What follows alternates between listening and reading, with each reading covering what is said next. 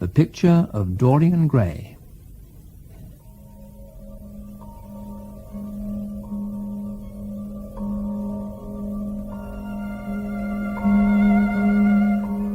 The studio was filled with a rich odor of roses, and when the light summer winds stirred amidst the trees of the garden, there came through the open door the heavy scent of a lilac.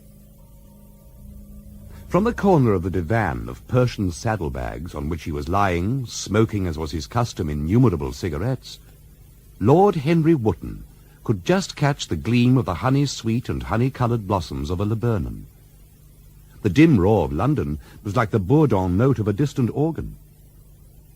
In the centre of the room, clamped to an upright easel, stood the full-length portrait of a young man of extraordinary personal beauty, and in front of it, some little distance away, was sitting the artist himself, Basil Hallward.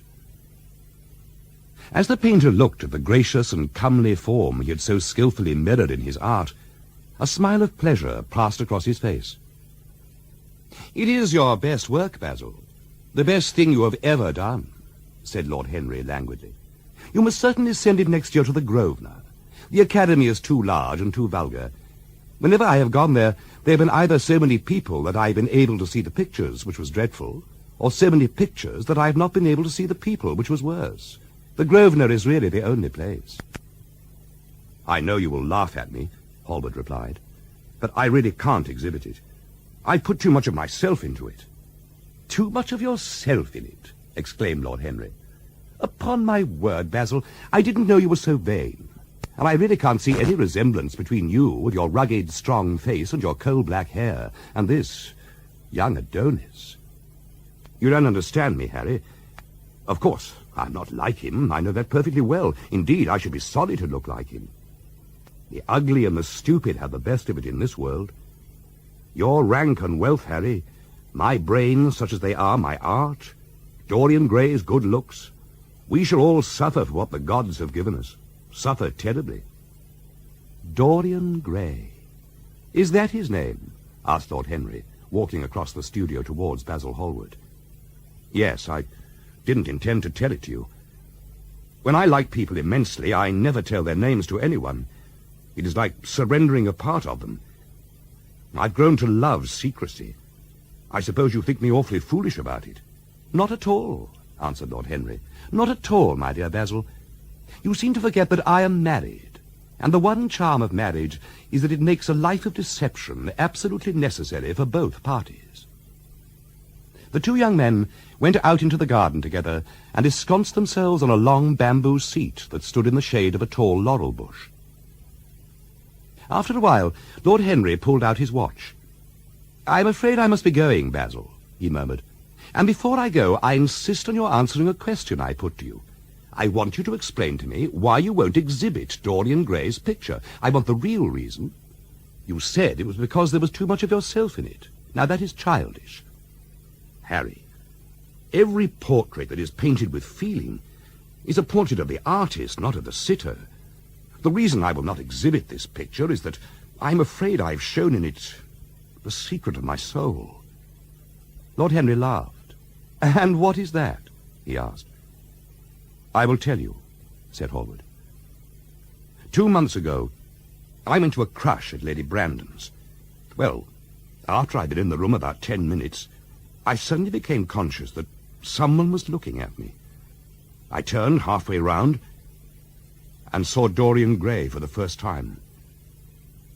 When our eyes met, I felt that I was growing pale. A curious sensation of terror came over me. I grew afraid and turned to quit the room. It was not conscience that made me do so. It was a sort of cowardice. I take no credit to myself for trying to escape. I struggled to the door. There, of course, I stumbled against Lady Brandon.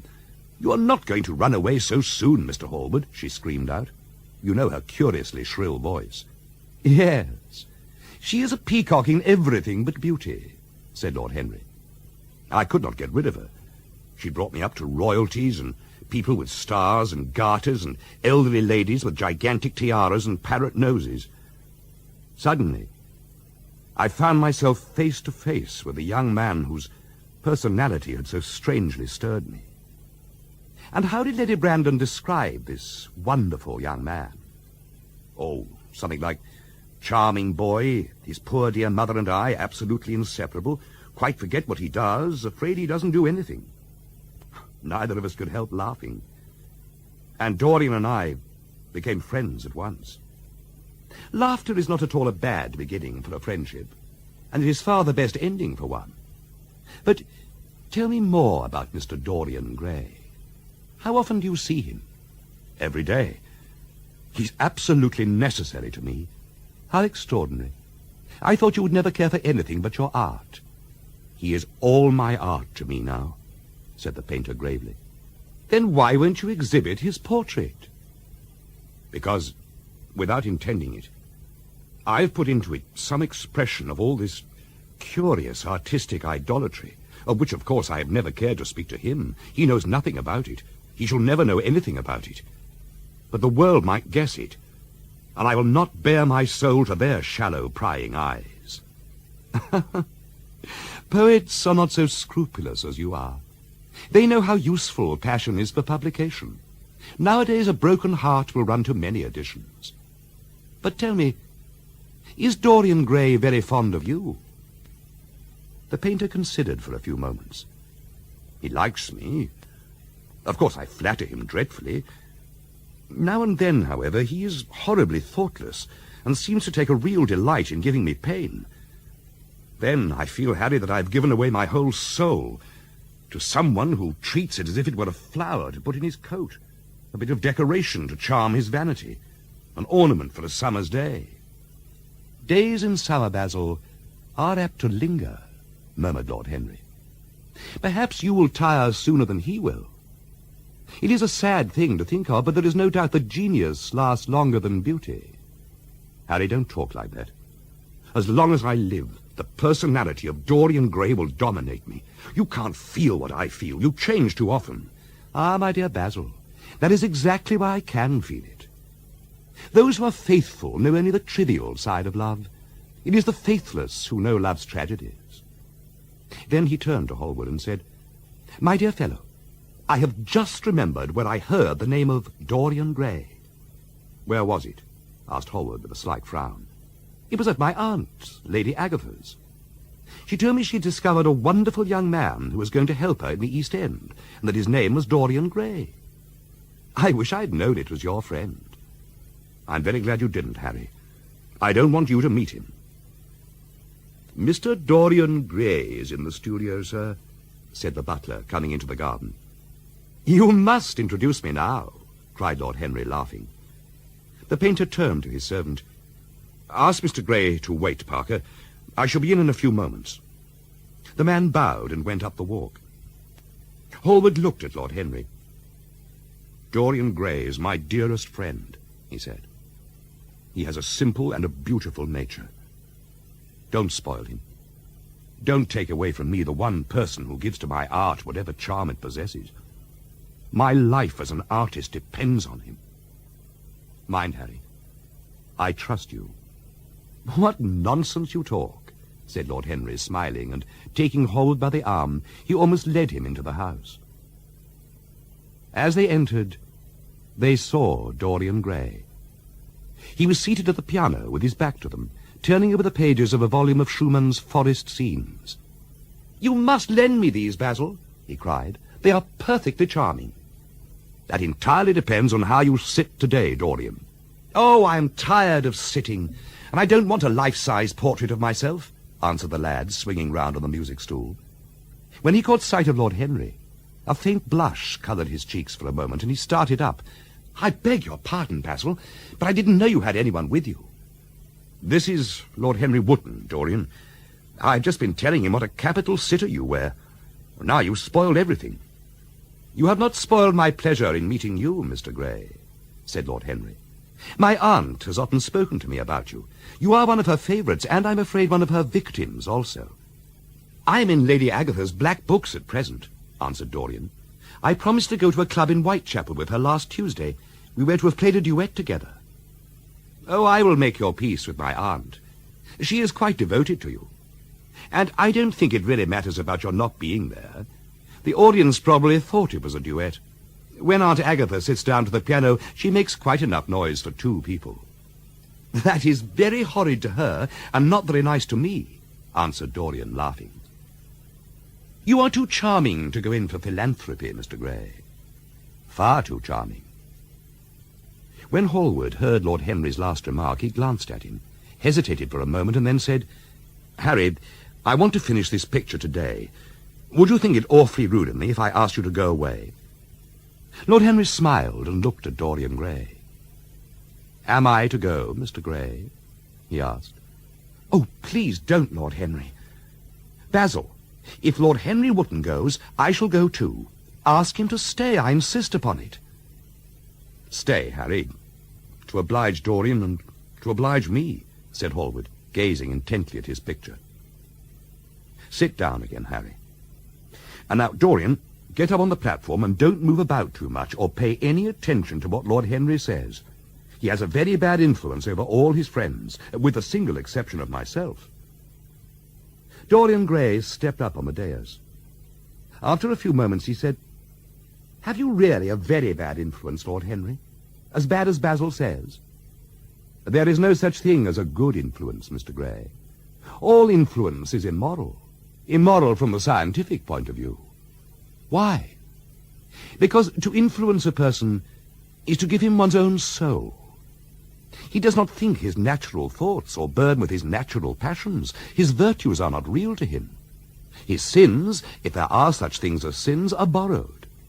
He becomes an echo of someone else's music, an actor of a part that has not been written for him. The aim of life is self-development, to realize one's nature perfectly. That is what each of us is here for. People are afraid of themselves nowadays. The only way to get rid of a temptation is to yield to it. Resist it, and your soul grows sick with longing for the things it has forbidden to itself.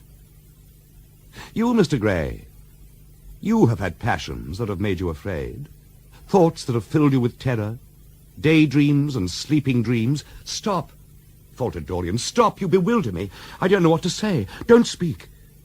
Let me think. Or rather, let me try not to think." For nearly 10 minutes he stood there, motionless, with parted lips and eyes strangely bright. With his subtle smile, Lord Henry watched him. He knew the precise psychological moment when to say nothing. He felt intensely interested. He was amazed at the sudden impression that his words had produced. "Basil, I am tired of standing," cried Dorian suddenly. "I must go out and sit in the garden. The air is stifling here." "I will go out in the garden with you. It is horribly hot in the studio." "I've got to work up this background, so I'll join you later on," said Hallward. Lord Henry went out to the garden and found Dorian Gray burying his face in the great cool lilac blossoms, feverishly drinking in their perfume as if it had been wine. He came close to him and put his hand upon his shoulder. "You are quite right to do that," he murmured. "Nothing can cure the soul but the senses, just as nothing can cure the senses but the soul. Let us go and sit in the shade. You really must not allow yourself to become sunburnt. It would be unbecoming." "What can it matter?" cried Dorian Gray, laughing. "It should matter everything to you, Mr. Gray, because you have the most marvelous youth, and youth is the one thing worth having. You have a wonderfully beautiful face, Mr. Gray. You smile. Ah, when you have lost it, you won't smile. Youth. Youth. There is absolutely nothing in the world but youth." They rose up and sauntered down the walk together. "You are glad you have met me, Mr. Gray," said Lord Henry, looking at him. "Yes, I am glad now. I wonder, shall I always be glad?"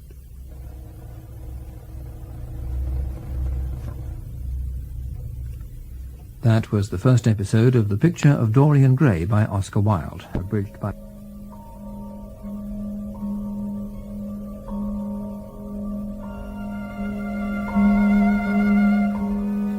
Lord Henry Wotton flung himself into a large wicker armchair and watched Basil Hallward as he worked on the portrait of Dorian Gray. After about a quarter of an hour, he stopped painting, looked for a long time at Dorian, and then for a long time at the picture. "It is quite finished," he cried at last. Lord Henry came over and examined the picture. It was certainly a wonderful work of art, and a wonderful likeness as well. "My dear fellow, I congratulate you most warmly," he said. "Mr. Gray, come over and look at yourself." The lad started, as if awakened from some dream. "Is it really finished?" he murmured, stepping down from the platform. "Quite finished," said the painter. "And you have sat splendidly today. I'm awfully obliged to you." "That is entirely due to me," broke in Lord Henry. "Isn't it, Mr. Gray?" Dorian made no answer, but passed listlessly in front of his picture and turned towards it. When he saw it, he drew back, and his cheeks flushed for a moment with pleasure. He stood there motionless and in wonder, dimly conscious that Hallward was speaking to him, but not catching the meaning of his words. The sense of his own beauty came on him like a revelation. He had never felt it before. Basil Hallward's compliments had seemed to him to be merely the charming exaggeration of friendship. Then had come Lord Henry Wotton with his strange panegyric on youth, his terrible warning of its brevity. That had stirred him at the time, and now, as he stood gazing at the shadow of his own loveliness, the full reality of the description flashed across him. Yes, there would be a day when his face would be wrinkled and wizen, his eyes dim and colourless, the grace of his figure broken and deformed. As he thought of it, a sharp pang of pain struck through him like a knife. "Don't you like it?" cried Hallward at last, stung a little by the lad's silence, not understanding what it meant.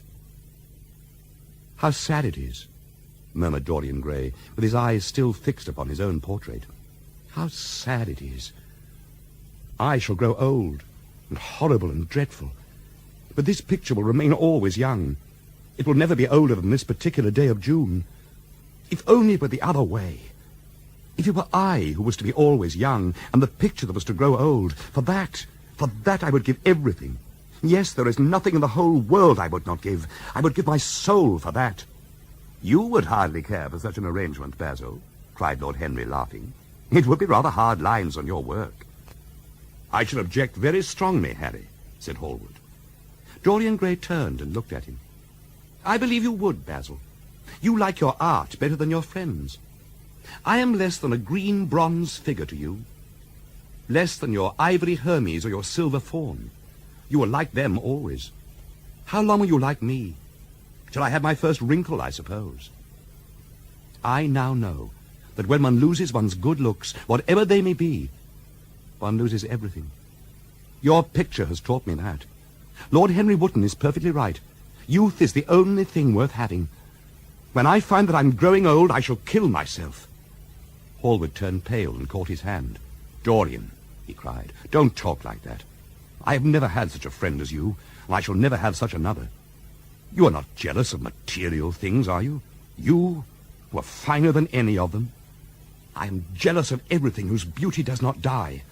I am jealous of the portrait you have painted of me. Why should it keep what I must lose? Every moment that passes takes something from me and gives something to it. Oh, if only it were the other way. If the picture could change and I could always be what I am now. Why did you paint it? It will mock me some day, mock me horribly." "This is your doing, Harry," said the painter bitterly. Lord Henry shrugged his shoulders. "It is the real Dorian Gray. That is all." "It is not," said Hallward. "If it is not, what have I to do with it?" "You should have gone away when I asked you," Hallward muttered. "I stayed when you asked me," was Lord Henry's answer. "Harry, I can't quarrel with my two best friends at once, but between you both you have made me hate the finest piece of work I've ever done, and I will destroy it." Hallward's fingers were straying among the litter of tin tubes and dry brushes, seeking for something. Yes, it was for the long palette knife with its thin blade of lithe steel. He found it at last. He was going to rip up the canvas. With a stifled sob, Dorian Gray rushed over to Hallward, tore the knife out of his hand and flung it to the end of the studio. "Don't, Basil, don't!" he cried. "It would be murder." "I am glad you appreciate my work at last, Dorian," said the painter coldly. "Appreciate it? I am in love with it, Basil. It is part of myself. I feel that." "Well, As soon as you are dry, you shall be varnished and framed and sent home. Then you can do what you like with yourself." And he walked across the room and rang the bell for tea. "You will have tea, of course, Dorian. And so will you, Harry, or do you object to such simple pleasures?" "I adore simple pleasures," said Lord Henry. "They are the last refuge of the complex." There came a knock at the door, and the butler entered with a laden tea-tray and set it down upon a small Japanese table. Dorian Gray went over and poured out the tea. The two other men sauntered languidly to the table and examined what was under the covers of the china dishes. "Let us go to the theatre tonight," said Lord Henry. "I should like to come to the theatre with you, Lord Henry," said Dorian. "Then you shall come. And you will come too, Basil, won't you?" "I can't, really. I've a lot of work to do." "Well, then, you and I will go alone, Mr. Gray." "I should like that awfully."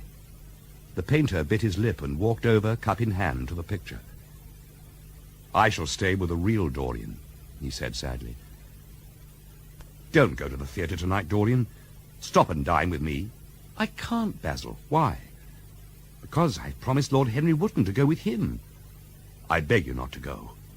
Dorian Gray laughed and shook his head. "I entreat you." The lad hesitated and looked over at Lord Henry, who was watching them from the tea-table with an amused smile. "I must go, Basil," he answered. "Come, Mr. Gray," said Lord Henry, laughing. "My hansom is outside, and I can drop you at your own place. Goodbye, Basil. It has been a most interesting afternoon." At 12:30 next day, Lord Henry Wotton strolled from Curzon Street over to the Albany to call on his uncle, Lord Fermor, a genial, if somewhat rough-mannered old bachelor. When Lord Henry entered the room, he found his uncle grumbling over the Times. "Well, Harry," said the old gentleman, "what brings you out so early?" "What I want, uncle, is information. Not useful information, of course. Useless information." "Well, I can tell you anything that's in an English blue book, Harry." "Mr. Dorian Gray does not belong to blue books, Uncle George," said Lord Henry languidly. "Mr. Dorian Gray? Who's he?" asked Lord Fermor.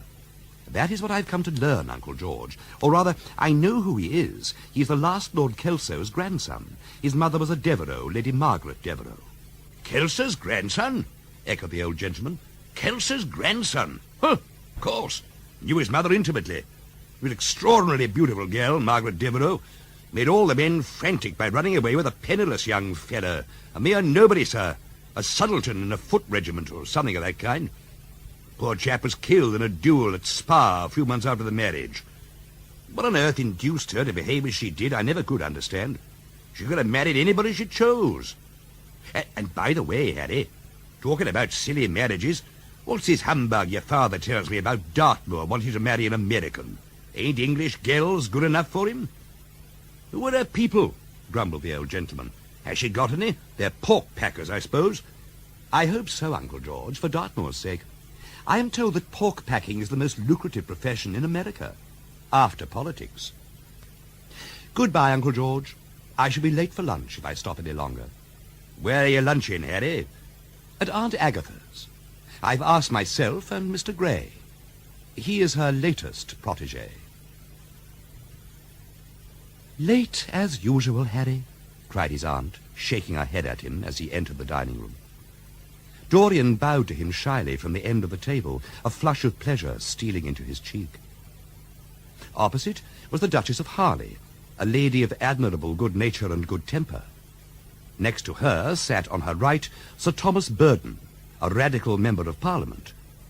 The post on her left was occupied by Mr. Erskine of Treadley, an old gentleman of considerable charm and culture, who had fallen, however, into bad habits of silence, having, as he explained once to Lady Agatha, said everything that he had to say before he was 30. Lord Henry's own neighbour was Mrs. Vandeleur, one of his aunt's oldest friends. A perfect saint amongst women, but so dreadfully dowdy she reminded one of a badly bound hymn-book. "We are talking about poor Dartmoor, Lord Henry," cried the Duchess. "Do you think he will really marry this fascinating young person?" "I believe she has made up her mind to propose to him, Duchess." "How dreadful!" exclaimed Lady Agatha. I am told on excellent authority that her father keeps an American dry goods store, said Sir Thomas. What are American dry goods? Asked the Duchess. American novels, answered Lord Henry. The Duchess looked puzzled. Don't mind him, my dear, whispered Lady Agatha. When America was discovered, said the Radical member, and he began to give some wearisome facts. The Duchess sighed and exercised her privilege of interruption. I wish to goodness it had never been discovered at all, she exclaimed. They say that when good Americans die, they go to Paris, chuckled Sir Thomas. Really? And where do bad Americans go to when they die? Inquired the Duchess. They go to America, murmured Lord Henry. Dear me, said Lady Agatha. Oh, Harry, I am quite vexed with you. Why do you try to persuade our nice Mr. Dorian Gray to give up the East End? They would love his playing. I want him to play to me, cried Lord Henry. But they are so unhappy in Whitechapel, continued Lady Agatha. I can sympathize with everything except suffering, said Lord Henry. There is something terribly morbid in the modern sympathy with pain. You are very, very comforting, warbled the Duchess. I've always felt rather guilty when I came to see your dear aunt, for I take no interest at all in the East End. For the future, I shall be able to look her in the face without a blush. A blush is very becoming, Duchess, remarked Lord Henry. Only when one is young, she answered. Ah, Lord Henry, I wish you would tell me how to become young again. He thought for a moment. Can you remember any great error that you committed in your early days, Duchess? He asked. A great many, I fear, she cried. Then commit them over again, he said gravely. To get back one's youth, one has merely to repeat one's follies. A delightful theory, she exclaimed. Lord Henry played with the idea and grew wilful. He was brilliant, fantastic, irresponsible. He charmed his listeners. Dorian Gray never took his gaze off him, but sat like one under a spell.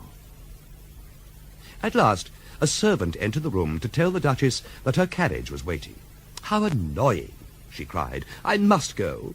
Lord Henry, you are quite delightful. You must come and dine with us. Are you disengaged Tuesday? For you, I would throw over anybody, said Lord Henry. Ah, that is very nice and very wrong of you, she cried. So mind you come. And she swept out of the room, followed by the other ladies. When Lord Henry had sat down again, Mr. Erskine moved round, taking a chair close to him. Some day, when you are tired of London, come down to Treadley and expound to me your philosophy of pleasure. I shall be charmed. Treadley has a perfect host and a perfect library. You will complete it, answered the old gentleman. And now I must bid good-bye to your excellent aunt. I am due at the Athenaeum. It is the hour when we sleep there. All of you, Mr. Erskine? 40 of us, in 40 armchairs. We are practicing for an English Academy of Letters. Lord Henry laughed and rose. I am going to the park, he cried. As he was passing out of the door, Dorian Gray touched him on the arm. Let me come with you, he murmured. But I thought you had promised Basil Hallward to go and see him, answered Lord Henry. I would sooner come with you. Yes, I feel I must come with you. Do let me. And you will promise to talk to me all the time. Ah, I have talked quite enough for today, said Lord Henry, smiling. All I want now is to look at life. You may come and look at it with me, if you care to.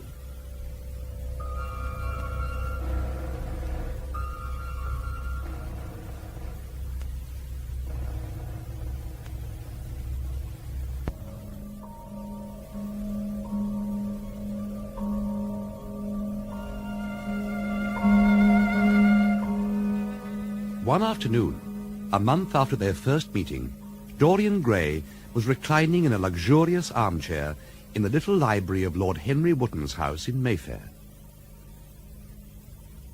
Lord Henry had not yet come in. He was always late on principle, his principle being that punctuality is the thief of time. So the lad was looking rather sulky, as with listless fingers he turned over the pages of an elaborately illustrated edition of Manon Lescaut. At last he heard a step outside, and the door opened. "How late you are, Harry," he murmured. "I'm afraid it's not Harry, Mr. Gray." He glanced quickly round and rose to his feet. "I beg your pardon. I thought you thought it was my husband. It is only his wife. You must let me introduce myself. I know you quite well by your photographs.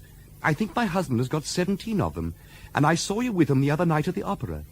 She laughed nervously as she spoke, and watched him with her vague forget-me-not eyes. She was a curious woman, whose dresses always looked as if they had been designed in a rage and put on in a tempest. She tried to look picturesque, but only succeeded in being untidy. "That was at Lohengrin, Lady Henry, I think." "Yes, it was dear Lohengrin. I like Wagner's music better than anybody's.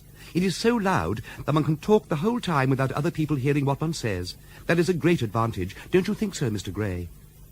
Dorian smiled and shook his head. "I'm afraid I don't think so, Lady Henry. I never talk during music, at least during good music. If one hears bad music, it is one's duty to drown it in conversation." "Ah, that is one of Harry's views, isn't it, Mr. Gray? I always hear Harry's views from his friends. It is the only way I get to know of them. But here is Harry. Harry, I came in to look for you, to ask you something. I forget what it was, and I found Mr. Gray here. We've had such a pleasant chat about music." "I am charmed, my love, quite charmed," said Lord Henry, looking at them with an amused smile. "So sorry I'm late, Dorian." "I'm afraid I must be going," exclaimed Lady Henry. "I promised to drive with the Duchess. Goodbye, Mr. Gray." "Goodbye, Harry. You are dining out, I suppose?" "So am I. Perhaps I shall see you at Lady Thornbury's." "I dare say, my dear," said Lord Henry, shutting the door behind her. "Never marry a woman with straw-coloured hair, Dorian. They are so sentimental. But I like sentimental people. Never marry at all, Dorian. Men marry because they are tired, women because they are curious. Both are disappointed. I don't think that I'm likely to marry, Harry. I'm too much in love. That is one of your aphorisms. I'm putting it into practice, as I do everything that you say." "Who are you in love with?" asked Lord Henry. "With an actress," said Dorian Gray, blushing. Lord Henry shrugged his shoulders. "That is rather a commonplace debut." "You would not say so if you saw her, Harry." "Who is she?" "Her name is Sybil Vane." "Never heard of her." "No one has. People will some day, however. She is a genius." "My dear boy, no woman is a genius. Women are a decorative sex. They never have anything to say, but they say it charmingly. Women represent the triumph of matter over mind, just as men represent the triumph of mind over morals. However, tell me about your genius. How long have you known her?" "About 3 weeks." "And where did you come across her?" "I will tell you, Henry. But you mustn't be unsympathetic about it. After all, it never would have happened if I had not met you. You fill me with a wild desire to know everything about life. For days after I met you, something seemed to throb in my veins. I had a passion for sensations. Well, one evening, about 7 o'clock, I found myself seated in a horrid little private box in an absurd little theatre, with a vulgar drop scene staring me in the face. I began to wonder what on earth I should do when I caught sight of the playbill. What do you think the play was, Harry? Oh, I should think The Idiot Boy or Dumb but Innocent. It was Romeo and Juliet. Romeo was a stout elderly gentleman with corked eyebrows, a husky tragedy voice, and a figure like a beer barrel. Mercutio was almost as bad. They were both as grotesque as the scenery, and that looked as if it had come out of a country booth. But Juliet... Harry, imagine a girl hardly 17 years of age, with a little flower-like face, a small Greek head with plaited coils of dark brown hair, eyes that were violet wells of passion, lips that were like the petals of a rose. She was the loveliest thing I'd ever seen in my life. And her voice, I never heard such a voice. Harry, I do love her. She is everything to me in life. Night after night I go to see her play. One evening she's Rosalind, the next evening she's Imogen. Ordinary women never appeal to one's imagination. They are limited to their century. No glamour ever transfigures them. There is no mystery in any of them. But an actress... how different an actress is. Harry, why didn't you tell me that the only thing worth loving is an actress? Because I have loved so many of them, Dorian. I wish I had now not told you about Sybil Vane. You could not have helped telling me, Dorian. All through your life, you will tell me everything you do. And now tell me, what are your actual relations with Sybil Vane?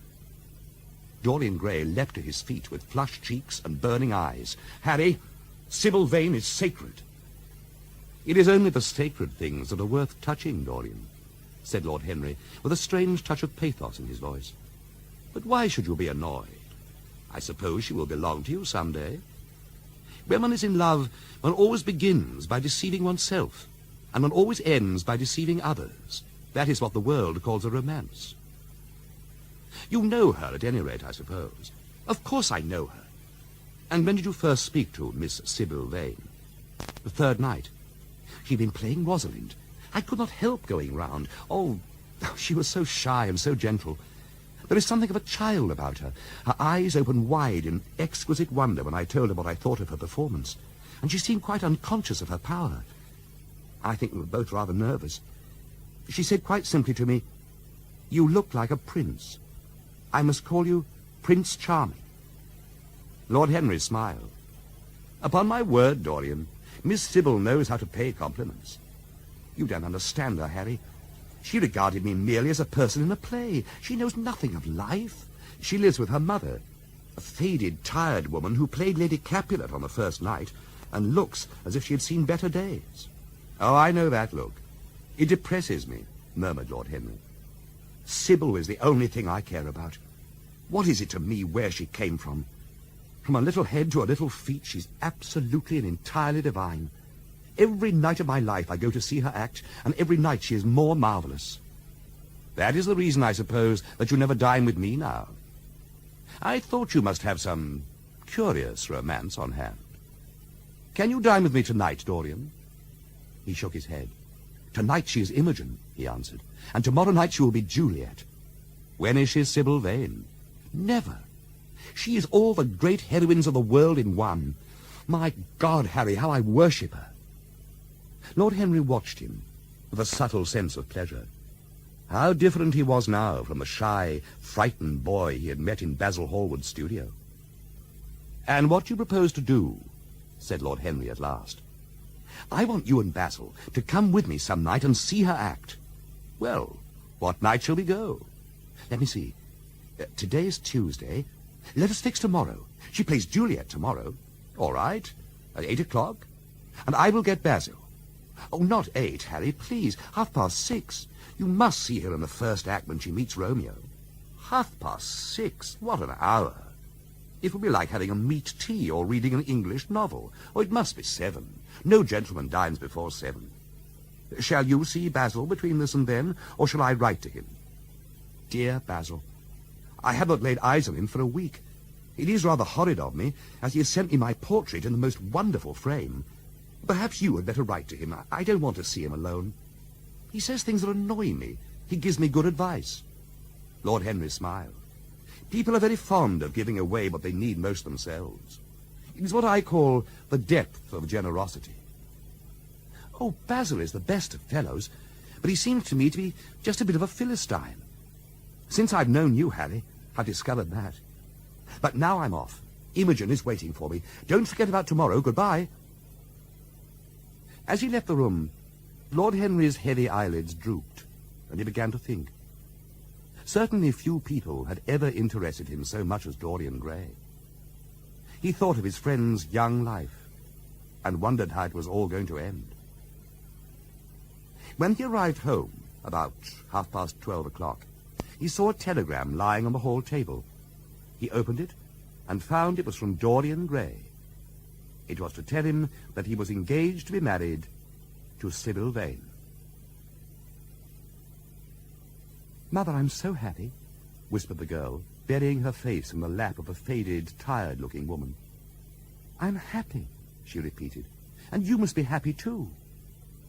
Mrs. Vane winced and put her thin hands on her daughter's head. "Happy?" she echoed. "I'm only happy, Sybil, when I see you act. You must not think of anything but your acting. Mr. Isaacs has been very good to us, and we owe him money."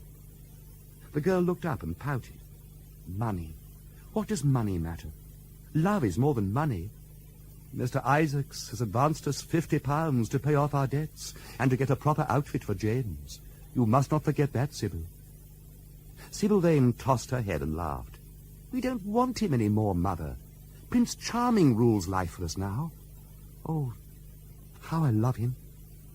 My child, you are far too young to think of falling in love. Besides, what do you know of this young man? You don't even know his name. The whole thing is most inconvenient. And really, when James is going away to Australia, and I have so much to think of, I must say that you should have shown more consideration. However, as I said before, if he is rich... Oh, Mother, let me be happy." At this moment, the door opened, and a young lad with rough brown hair came into the room. He was thick-set of figure, and his hands and feet were large and somewhat clumsy in movement. He was not so finely bred as his sister. One would hardly have guessed the close relationship that existed between them. She ran across the room and hugged him. James Vane looked into his sister's face with tenderness. "I want you to come out with me for a walk, Sybil. I don't suppose I shall ever see this horrid London again." "Where shall we go?" asked Sybil. "Let us go to the park." "Oh, I'm too shabby," he answered, frowning. "Only swell people go to the park." "Nonsense, Jim," she whispered, stroking the sleeve of his coat. He hesitated for a moment. "Very well," he said at last, "but don't be too long dressing." She danced out of the door. One could hear her singing as she ran upstairs. Jim walked up and down the room 2 or 3 times. Then he turned to the still figure in the chair. "Mother, are my things ready?" he asked. "Quite ready, James. I hope you will be contented with your seafaring life," she said. "You must remember that it is your own choice. You might have entered a solicitor's office." "I hate offices, and I hate clerks," he replied. "But you're quite right. I have chosen my own life. All I say is, watch over Sybil. Don't let her come to any harm." "James, you really talk very strangely. Of course I watch over Sybil." "I hear a gentleman comes every night to the theatre and goes behind to talk to her. Is that right? What about that?" "You are speaking about things you don't understand, James. The young man in question is a perfect gentleman. He is always most polite to me. Besides, he has the appearance of being rich, and the flowers he sends are lovely." "You don't know his name, though," said the lad harshly. "No," answered his mother with a placid expression in her face. "He has not yet revealed his real name. He is probably a member of the aristocracy." James Vane bit his lip. "Watch over Sybil, Mother," he cried. "Watch over her." "My son, you distress me very much. Sybil is always under my special care." The lad muttered something to himself and drummed on the window-pane with his coarse fingers. He had just turned round to say something when the door opened and Sybil ran in.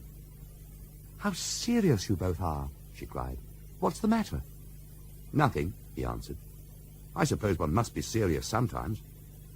Goodbye, Mother." "Goodbye, my son," she answered with a bow of strained stateliness. "Kiss me, Mother," said the girl. "My child, my child," cried Mrs. Vane, looking up to the ceiling in search of an imaginary gallery. "Come, Sybil," said her brother impatiently. He hated his mother's affectations. They went out into the flickering, wind-blown sunlight and strolled down the dreary Euston Road. The passers-by glanced in wonder at the sullen, heavy youth who, in coarse, ill-fitting clothes, was in the company of such a graceful, refined-looking girl. He was like a common gardener walking with a rose.